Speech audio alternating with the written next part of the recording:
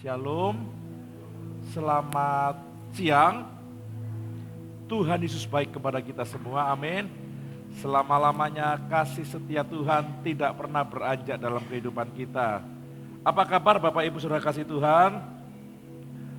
Ya, hari ini kita memasuki tema yang baru di bulan Maret. Ya, saya kasih tema hidup dalam janji Allah, berjalan dalam kebenarannya. Ada kata penghubung yang saya masukkan, kata dan. Ya, prolog saya sama dengan yang ibadah pagi. Cuman jangan sampai yang ibadah pagi udah denger gak mau denger gitu ya. Enggak Bapak Ibu, saya mengikuti sebuah pelatihan. Dan pelatihan itu saya ikuti sudah 2 kali.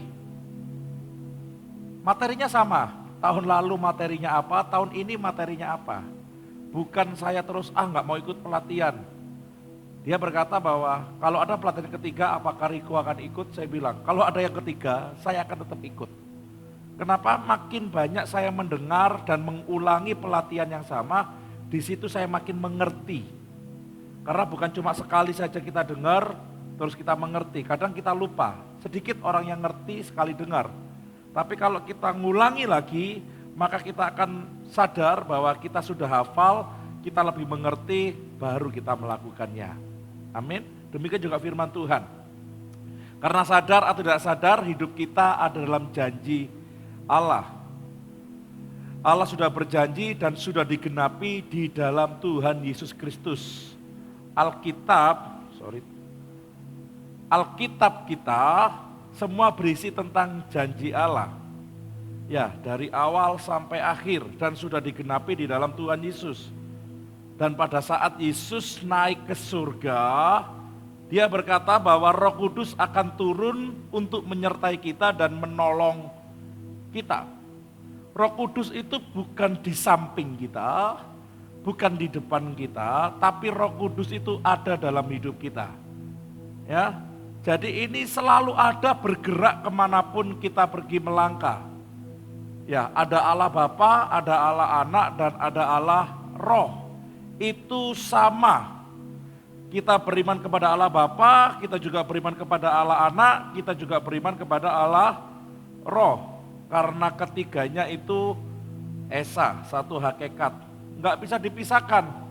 Karena dari semula, dari sononya sudah seperti itu. Nah, saya lanjutkan, selama kita di dalam dunia ini, Tuhan Yesus mengajarkan dengan sangat jelas, kita harus ingat sama-sama, bahwa Roh Kudus yang turun itu menyertai dan menolong kita, pasti. Tapi terkadang kita nggak mau ditolong, kita nggak mau berseru kepada Tuhan, kita hanya berharap pertolongan dari manusia. Padahal Alkitab sangat jelas berkata, Yesus berkata, Aku akan mengirimkan kepadamu yaitu Roh penolong. Bapak Ibu yakin enggak kalau berdoa didengar oleh Tuhan? Bapak Ibu yakin enggak kalau ditolong oleh Tuhan? Ditolong oleh Tuhan bukan karena doa kita, ditolong oleh Tuhan bukan karena persembahan kita, ditolong oleh Tuhan bukan karena kebaikan kita, ditolong Tuhan karena Tuhan baik kepada kita. Ada satu orang berkata, dia rusak dulunya, sangat rusak. Dia suka main di klub malam. Rusak dia. Sangat rusak sampai dia meninggalkan keluarganya, sampai meninggalkan anak cucunya. Bahkan dia nggak ke gereja lama. Terus bisnisnya hancur-hancuran. Satu kali tahun itu 20 tahun yang lalu, dia berkata bersaksi bahwa tiba-tiba saya dapat tagihan 125 juta. Tiba-tiba ternyata dilihat-lihat bahwa perusahaan saya sudah bangkrut dan saya nggak tahu bahwa perusahaan sudah bangkrut dan saya meninggalkan hutang yang sedemikian banyak. 20 tahun yang lalu 125 itu bukan angka yang sedikit, betul kira-kira?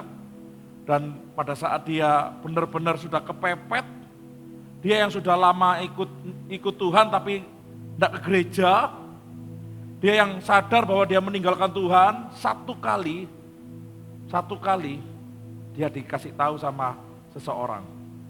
Kalau kamu gak bayar besok, hari ini dia telepon. Kalau kamu gak bayar besok, maka seluruh rumahmu akan disita hartamu dan kamu akan masuk penjara.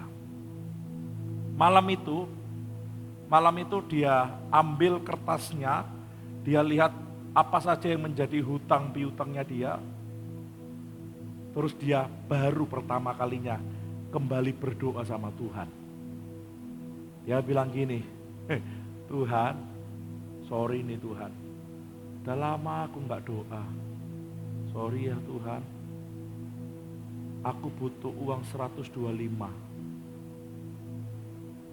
Sudah, tolong ya, amin. Udah gitu doang doanya. Dia tidur.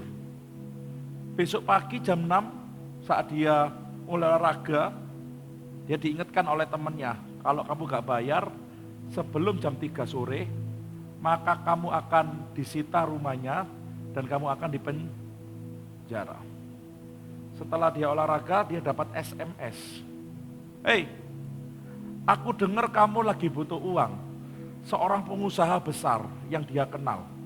Aku dengar kamu lagi butuh uang. Dia bilang, sebentar, aku enggak cerita siapa-siapa, aku lagi butuh uang. Ya, aku dengar saja. Dengar dari mana? Aku harus clearkan dulu. Siapa yang ngomong ke kamu kalau aku lagi butuh uang? Kamu tahu enggak? Aku doa pagi Tuhan ngomong, tuh orang butuh uang. Gitu Bapak Ibu. Enggak mungkin.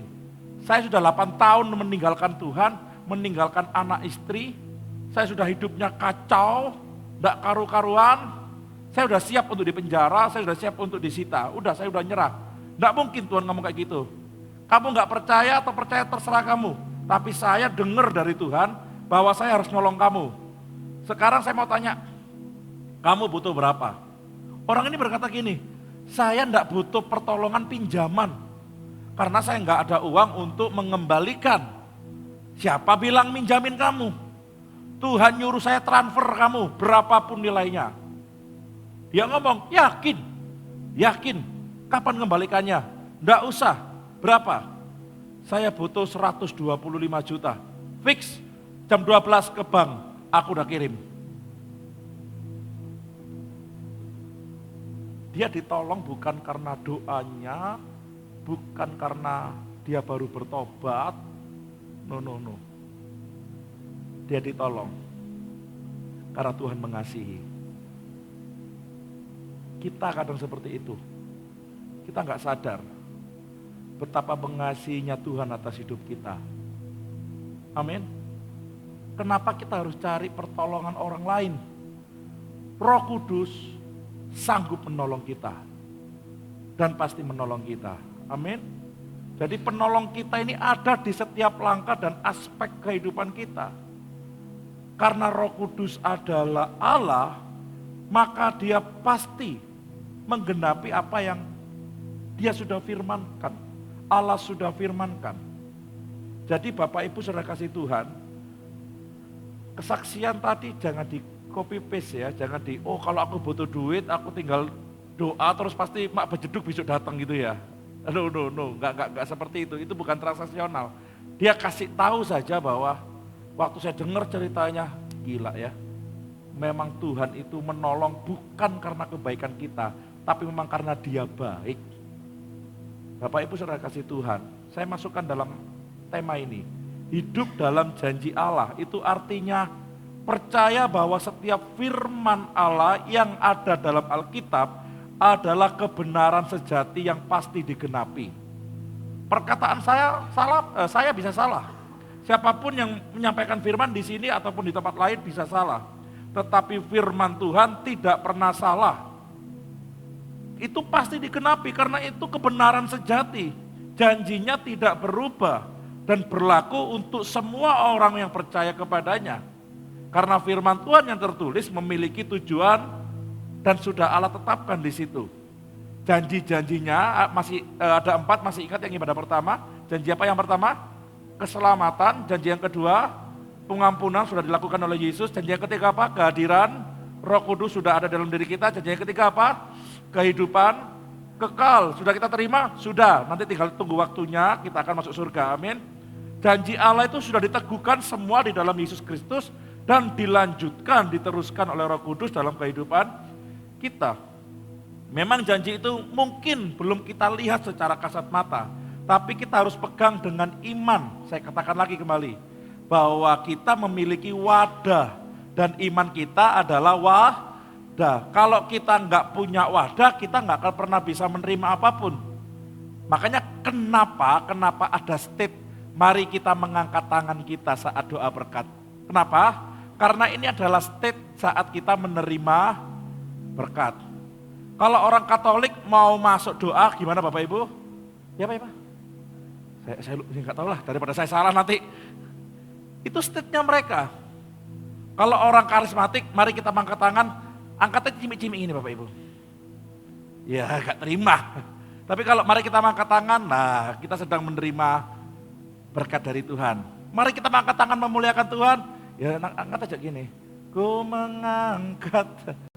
Nah memuliakan nama Tuhan, ini state-nya harus ada.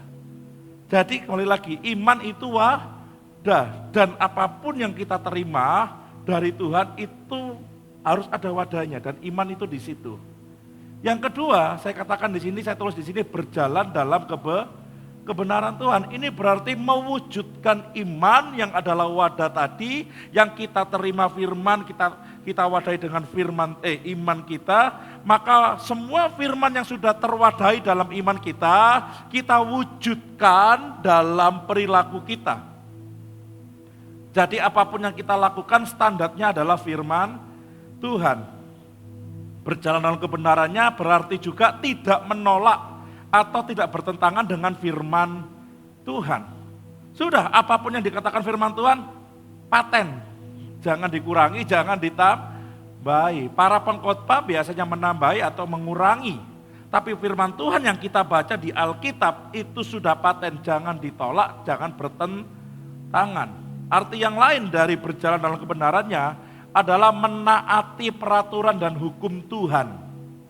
Kita takut akan Tuhan bukan kepada pribadinya yang medeni, bukan. Tetapi kepada hukum, kepada ketentuan, kepada sistem. Jadi Tuhan punya sistem.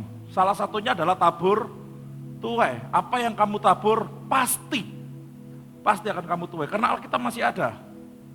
Kayak kita lihat aja di situ. Apa yang kita tabur, apa yang kita lakukan pasti akan kita tuai. Saya katakan tadi malam sama satu youth di Surabaya, saya disuruh melayani.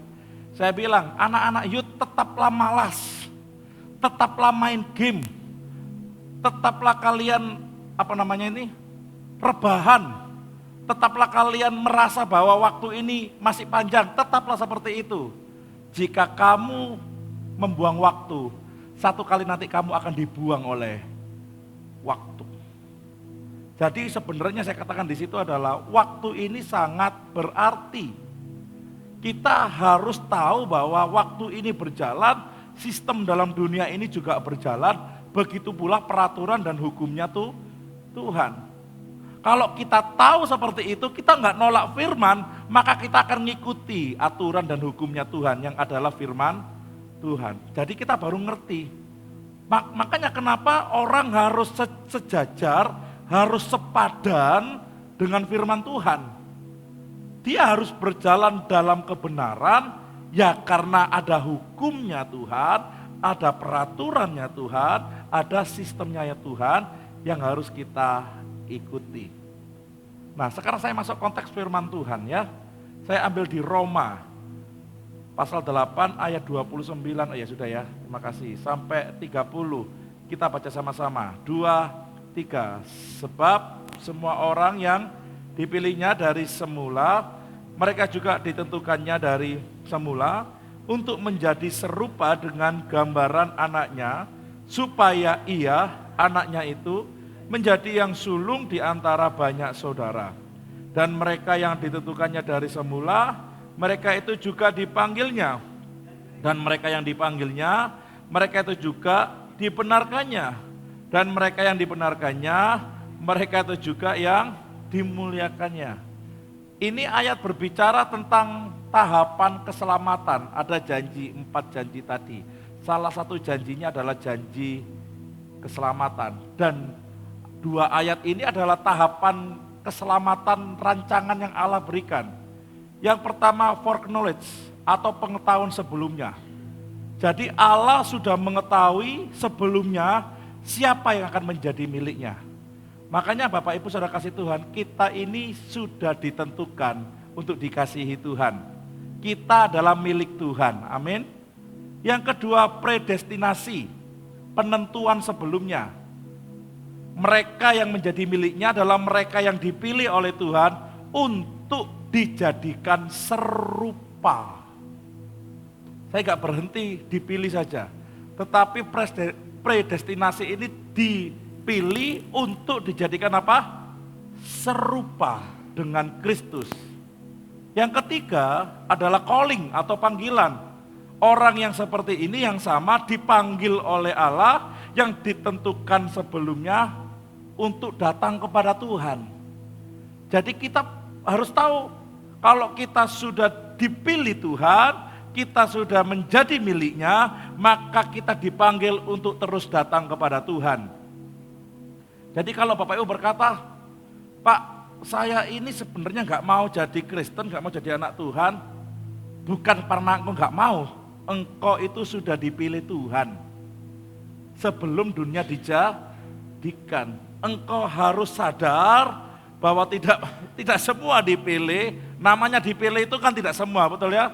Ada 10 makanan, suruh pilih 2, namanya suruh milih. Ya tidak semua. Kita ini orang-orang pilihan Tuhan, kita orang yang dikhususkan untuk dikasihi, amin. Dan kita dipanggil oleh Tuhan untuk kita dijadikan serupa. Yang keempat adalah pembenaran, justification. Mereka yang merespon panggilan itu, mereka dibenarkan oleh iman di dalam Kristus. Jadi tahapannya ada 5. Kita nggak cuma, oh saya mengerti, saya adalah anak Tuhan, tapi kita harus merespon di dalam iman kita terus menjadi serupa dengan Dia, dan kita dibenarkan di dalam iman Tuhan. Yang terakhir adalah glorification atau pemuliaan. Mereka yang dibenarkan akan dimuliakan karena hidup kekal bersama dengan Tuhan. Jadi ada beberapa tahapan di mana kita merespon semua tahapan yang sudah Allah bikin ini. Ini kayak sistemnya Tuhan untuk kita. Jadi Bapak Ibu ini bukan orang sembarangan. Bukan, Bapak Ibu dan saya ini bukan orang biasa. Kita adalah orang pilihan Tuhan. Itu pasti itu. Kalau kita nggak sadar kita adalah orang biasa, kita bukan orang biasa, maka kita akan hidupnya biasa-biasa saja. Tapi kalau kita sadar hidup kita adalah umat pilihan Tuhan, maka kita akan berlaku seperti apa yang Tuhan tanamkan dalam hidup kita. Ya, saya mulai dari awal ya. Semua orang yang dipilihnya dari semula, mereka juga apa Bapak Ibu? Ditentukannya dari semula untuk menjadi serupa dengan gambaran anaknya. Jadi ini 4 dari 5 tahapan tadi. Foreknowledge, predestinasi, calling, dan justification. Orang ini setiap harinya kita ini sesuai dengan kalimat ini harus memproses, sama-sama katakan harus memproses. Memproses diri dengan kebenaran firman.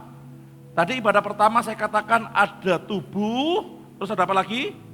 Ada jiwa, ada roh. Jiwa ini adalah yang selama ini kita mempengaruhi kita. Apa yang kita dengar, dangdut terus, ya kita megol-megol terus. Ya yang kita lihat adalah drakor terus, ya hidup kita kan seperti drakor. Tapi apa yang kita lihat, yang kita dengar adalah kebenaran firman Tuhan, maka jiwa ini akan kebawa kepada roh.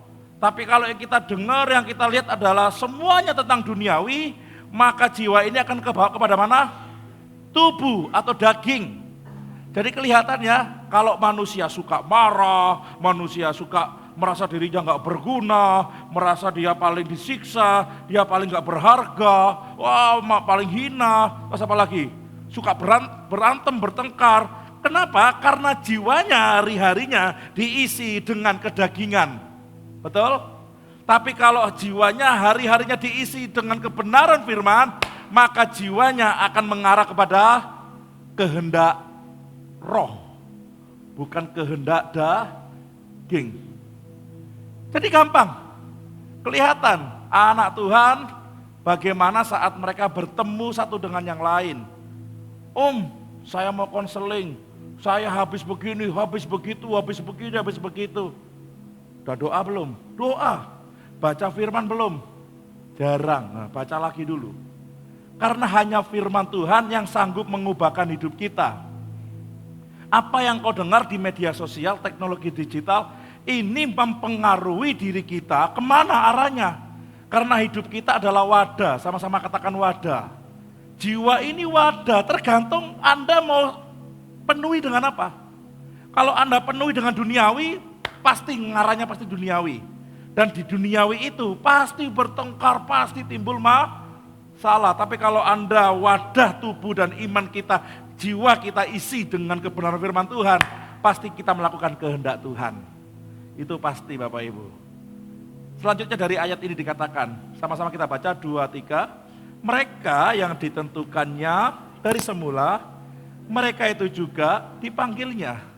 Dan mereka yang dipanggilnya, calling, mereka itu juga dibenarkannya. Dan mereka yang dibenarkannya, mereka itu juga yang dimuliakannya. Sudah pasti ini tahapan kita. Jadi kita bukan hanya dipilih terus kita ya sudah saya selesai. No, kita ada tanggung jawab untuk pertumbuhan. Bukan hanya transformasi, bukan hanya perubahan, tetapi kita harus mengalami pertumbuhan. Sama-sama katakan, perubahan kepada pertumbuhan. Amin. Diucapkan dong, ini afirmasi, perubahan kepada pertumbuhan. Sekali lagi, perubahan kepada pertumbuhan. Bapak Ibu saat punya anak, anaknya bayi, anaknya kecil, Bapak Ibu suka anaknya yang kecil umur 3 tahun, 4 tahun, terus 10 tahun ke depan bayi terus seperti itu, suka kira-kira? Saya pernah ngomong sama istri saya, Nunu mana Nunu? Nah Nunu di dalam ya. Nunu itu dulu lucunya minta ampun Bapak Ibu. Lucu, dia umur 2, umur 3 itu lucu. Wes pokoknya di kudang itu lucu. Ya terus kami berdua ngomong, Nunu cek cepet gede ini wes gak lucu mana kono. Ya, memang kalau sudah makin bertambah nggak lucu. Tapi masuk kita ngomong, tadi yo cilik maneh, jadi yo kecil lagi po, supaya kamu tetap lucu. Bagi kita lucu, tapi bagi dia nggak sehat, betul ya? Orang makin hari, makin tahun, dia harus makin bertumbuh. Bukan hanya berubah terus stuck di situ saja, tetapi perubahan ini membawa kepada pertumbuhan. Makanya ada orang-orang Kristen yang stuck di situ karena dia merasa, oh ya cukup aku Kristen, aku yakin aku diselamatkan. Darah Yesus aku makan, aku minum daging Yesus aku makan, darah Yesus aku minum. Kurang vampir apa aku? Waduh, wes nggak karu-karuan Bapak Ibu. Tapi dia nggak ada perubahan. Tapi kalau ada perubahan jangan stuck di situ, harus mengalami yang namanya pertumbuhan. Jadi kita yang sadar kita adalah umat pilihan Tuhan, kita yang menerima janji Tuhan, hidup dalam janji Tuhan itu ada 4 itu, janji keselamatan, janji pengampunan dosa, terus apa lagi? Janji kehadiran Roh Kudus dan janji hidup kekal. Kita harus mengalami perubahan dan pertumbuhan. Kenapa mengalami perubahan dan pertumbuhan? Supaya spesifikasinya kita seperti spesifikasi surga. Golek wis mendekati spesifikasi surga, panggil pulang sama Tuhan. Jadi saat kita pulang nanti itu, kita sudah, makanya Bapak Ibu, kalau orang yang sudah tua itu lebih sabar, amin. Lebih gak nyocot, amin. Mendekati spesifikasi surga. Tapi kalau sudah tua nyocot, suka nyocot nyacat, suka ngomongi orang, ini saya jauh dari spesifikasi surga. Umurnya saya dawa. Tapi kalau, aduh, orang itu baik ya, orang itu ya ampun kalau di gereja melakukan firman Tuhan ya, kalau di luar baiklah kok mati loh. Spesifikasinya sudah mendekati spesifikasi surga. Kenapa kita harus ada masalah, diizinkan punya masalah, dibanting kanan, dibanting kiri, supaya spesifikasi diri kita mendekati spesifikasi yang Tuhan mau. Ya, Bapak Ibu sudah kasih Tuhan. Ini ayat terakhir. Ini saya salah ayat. Harusnya ayat 23 sampai 25. Saya tulis 22 sampai 25. Tapi kita baca dulu. 2, 3. Marilah kita teguh berpegang pada pengakuan tentang pengharapan kita. Sebab Ia yang menjanjikannya setia. Dan marilah kita saling memperhatikan supaya kita saling mendorong dalam kasih dan dalam pekerjaan baik. Janganlah kita menjauhkan diri dari pertemuan-pertemuan ibadah kita seperti dibiasakan oleh beberapa orang. Tetapi marilah kita saling menasehati dan semakin giat melakukannya menjelang hari Tuhan yang mendekat ya. Kita teguh berpegang pada pengakuan tentang pengharapan kita, sebab Ia yang menjanjikannya setia. Tadi pagi saya kasih ilustrasi, masih ingat tentang mobil. Bapak Ibu yang beli mobil baru, langsung cash atau langsung ditransfer hari itu, Bapak Ibu apa langsung detik itu pulang membawa mobil itu? Enggak, Bapak Ibu pasti bawa apa? Wah, ketorlek masa dituku mobil anyar dok Bapak Ibu ya. Pasti bawa kwitansi atau kertas, betul? Pak Yesaya beli mobil baru, amin Pak. Harganya 500 juta. Langsung datang ke dealer, berapa mobil? 500 juta. Ya udah oke. Saya transfer ting masuk. Ya udah kalau gitu saya pulang. Apakah Pak Yesaya langsung mengendarai mobil baru itu bawa pulang? Enggak. Pak Yesaya harus pulang tapi dibawain kertas yang namanya kwitansi. Kwitansinya mahal lah kira-kira. Sak lembar gini aja mahal, iya karena di situ ada tertera nominal 500 juta atas nama Pak Yesaya dan itu valid, itu tentang pelunasan mobil. Apakah kwitansi ini mobil? Bukan. Apakah bisa disebut Pak Yesaya sudah punya mobil? Iya sudah, tapi mobilnya belum datang. Kenapa belum datang? Ya masih dikumpo bani, ya dibersihkan kacanya, ya, apalagi Mas Odi lebih tahu ya. Kalau mobil baru itu sih lama biasanya, 2 hari, 3 hari baru selesai. Nah seperti kita gitu, kita punya pengharapan bahwa kita nanti mati pasti masuk surga.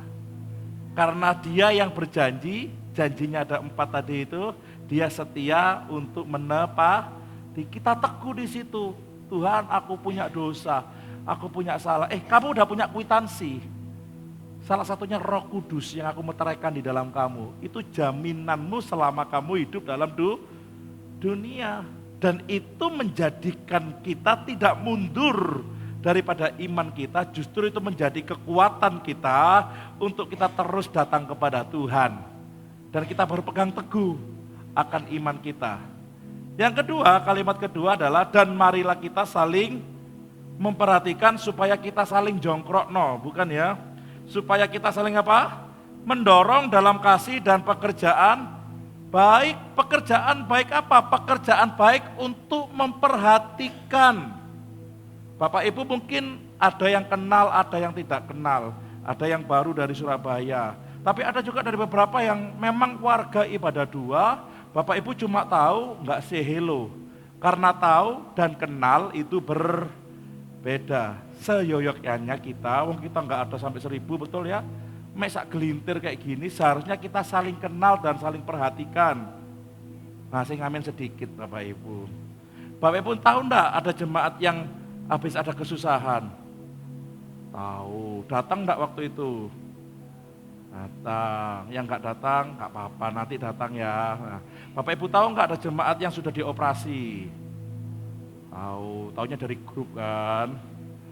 Seperti itu enggak tanya. Kita harus berusaha untuk memperhatikan karena ini firman Tuhan.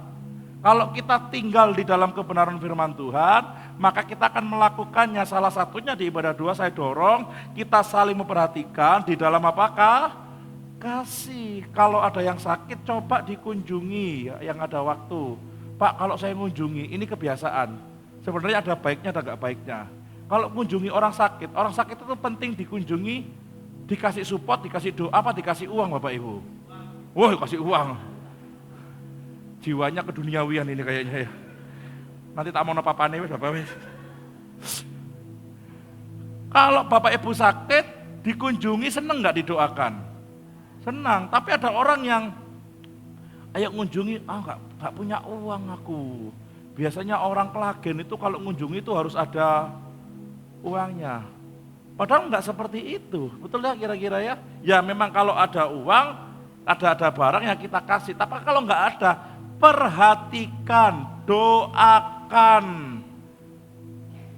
Kita ikut mendorong sama-sama dalam pekerjaan baik.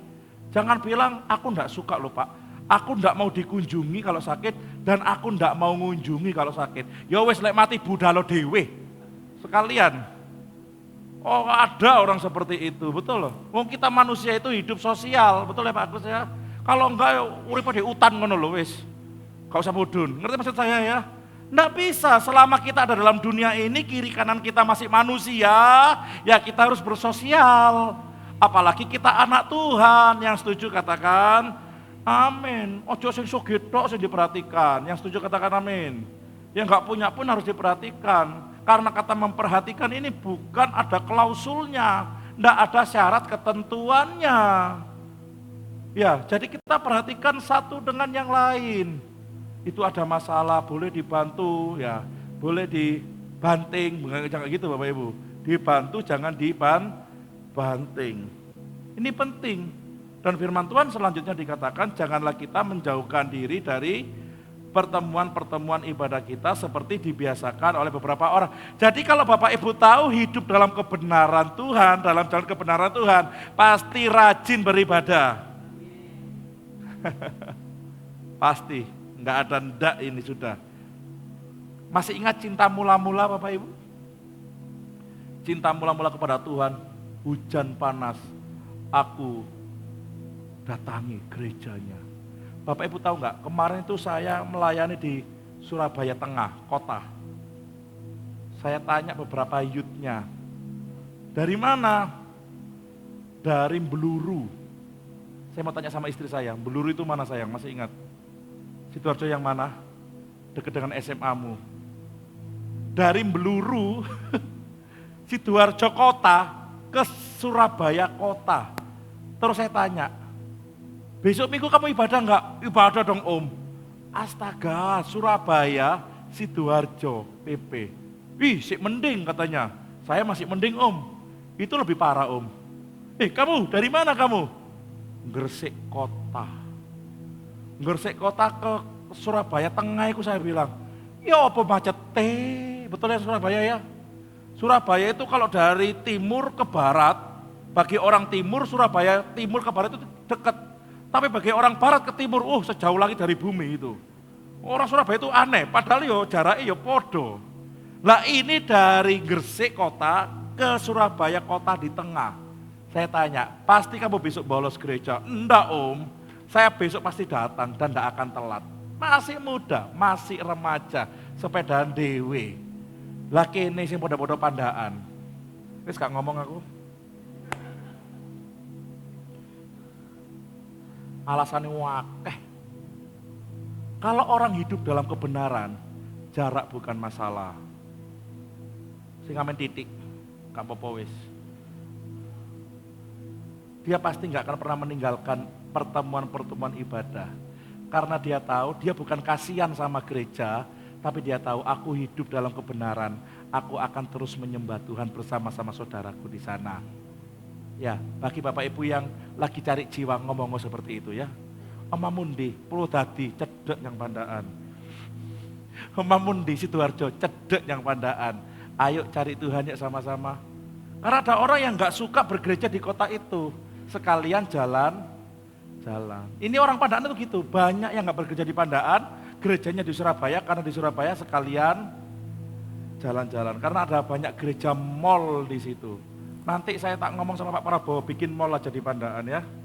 Supaya KO bikin cabang yang kedua di mall. Nah, kemana sih ini saya khotbahnya kemana-mana nih. Pemain musik bisa masuk deh. Yang terakhir, marilah kita saling menasehati dan semakin giat melakukannya. Hilang nih. Nah, oke. Makasih Kak. Kita saling menasehati, bukan menghakimi. Bapak Ibu siap-siap ya. Saya sebagai gembala, setelah saya wisuda, saya akan lebih banyak memakai gada saya. Tahu maksud saya? Gembala itu punya dua senjata. Sama-sama katakan dua senjata. Yang pertama apa? Tongkat, yang kedua apa? Gada.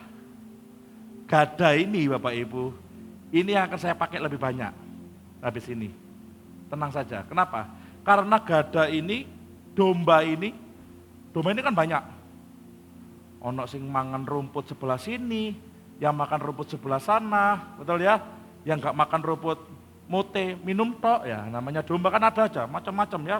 Yang kerja sebelah sini, kerja sebelah sana, kadang ke gereja, kadang enggak. Gada saya, habis ini saya pakai bener-bener sebagai gembala. Gada itu kan melengkung, betul ya? Kalau tongkat itu lurus. Gada itu bukan hanya untuk mengambil domba dari jurang, tetapi domba-domba ini nanti satu-satu tak jupui, tak petani. Yo, iki lho, ono tumoni. Nah, ya. Jadi satu-satu akan saya panggil. Dan jangan dipikir, Om, aku dipanggil, ono masalah apa Om? Loh, tak panggil, tak traktir mau enggak kira-kira? Loh, ha? Jadi jangan pikir, diceluk Om Riko, disopo kon? Ya Allah, enggak.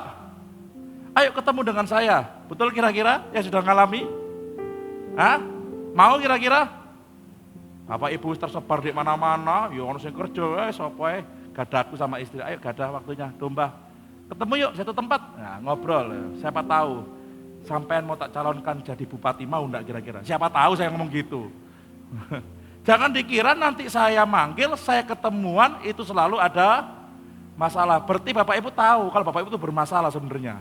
Makanya kalau gembala manggil takut, betul ya kira-kira ya? Duh, apa iki salahnya iki? Enggak juga. Lihat nanti ya, enggak lama lah saya akan pakai gada ini, tunggu setelah iklan berikut gitu ya. Saya akan pakai ini, saya akan datangi atau saya akan minta Bapak Ibu datang ke gereja atau saya minta Bapak Ibu datang ke rumah. Ngewangi ngepel ya sama Bapak Ibu. Enggak, saya akan pakai gada saya. Tak cutik gini satu-satu, yuk gimana kamu? Iya Om, aku mari tukaran Om, mau kan? Ngono yuk gak ngomong. Oh iya Om, aku mari nipu orang Om, loh kan? Gak ngomong. Oh iya Om, aku mari oleh lotre Om, loh ngono yuk gak bagi-bagi. Satu-satu. Karena harus dinasehati, bukan dihakimi. Ingat tadi jarak bukan masalah. Nanti kalau di sini satu persatu, one by one, cukup melelahkan, tapi memang itu pekerjaan seorang gembala. Tapi akan saya lakukan. Bapak Ibu siap gak kira-kira? Oh kalau saya siap, Bapak tak nyotek Bapak Ibu. Namanya gada, namanya gembala. Siap gak siap? Ayo, situ ya. Mas Odi, ayo wis wayahe nambah situngkas. Ngerti maksudnya? Mas Odi wayahe nambah satu lagi gitu ya. Apa Bapak Ibu? Loh kok iso kayak gitu itu loh. Usahanya loh. jangan langsung ada. Ya jadi satu-satu. Ya, saya berharap firman Tuhan ini memberkati Bapak Ibu. Belajar sesuatu hari ini Bapak Ibu. Ya, mari kita bangkit berdiri. Saya butuh 2 orang untuk perjamuan suci.